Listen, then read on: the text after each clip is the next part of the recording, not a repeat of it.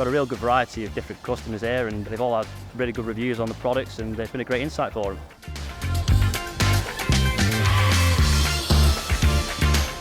Drove the electric one, which is ever so smooth. It takes off nicely. It's got plenty of power there. When you take off, it's not like a diesel, so you've got power straight away. The new trucks drive superbly. A lot of the drive lines are built on our existing platforms with improvements.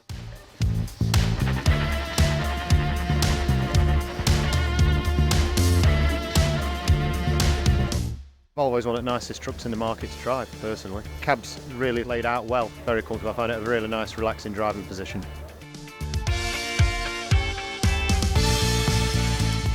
The mirrors, obviously, they're beneficial. Less to knock off from a driver's point of view, from us maintaining them.